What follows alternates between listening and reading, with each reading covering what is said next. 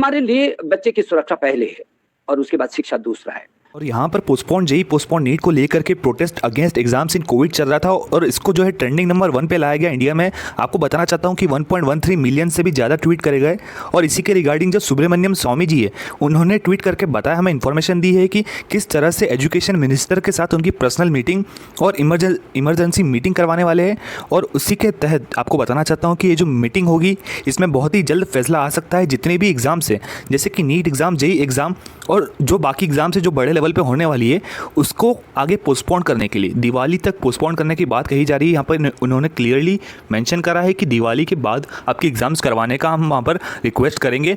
और आपको बताना चाहता हूँ कि बहुत ही बड़ा स्टेप है, इतने बड़े जब मिनिस्टर हमारे साथ हैं। आपको बताना चाहता हूँ कि सुब्रमण्यम स्वामी जी ने पहले भी काफ़ी सारे कैंपेन्स का जो है साथ दिया है और उसको पूर्ण रूप से उसे सफल करा है। तो आपको बताना चाहता हूँ कि सुब्रमण्यम स्वामी जी ने ट्वीट करा है कि इमरजेंसी मीटिंग जो है उसे बुलाया गया है और हो सकता है कि इस मीटिंग में बहुत ही बड़े फैसले हो सके। आपको बताना चाहता हूँ कि आज जो है ट्वीट मूवमेंट चला था, ट्विटर पे जो है आज ट्वीट मूवमेंट चला था और इस मूवमेंट में 1.13 मिलियन से भी ज़्यादा ट्वीट्स हुए।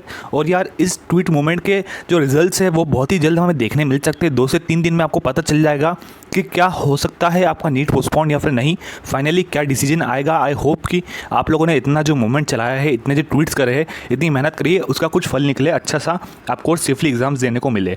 थैंक यू वेरी मच दोस्तों, ये जो है एक लेटेस्ट अपडेट आया था इसलिए आपको बताना था और थैंक यू वेरी मच आपके सपोर्ट के लिए।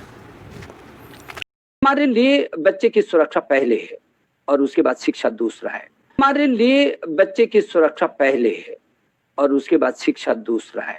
हमारे लिए बच्चे की सुरक्षा पहले है और उसके बाद शिक्षा दूसरा है।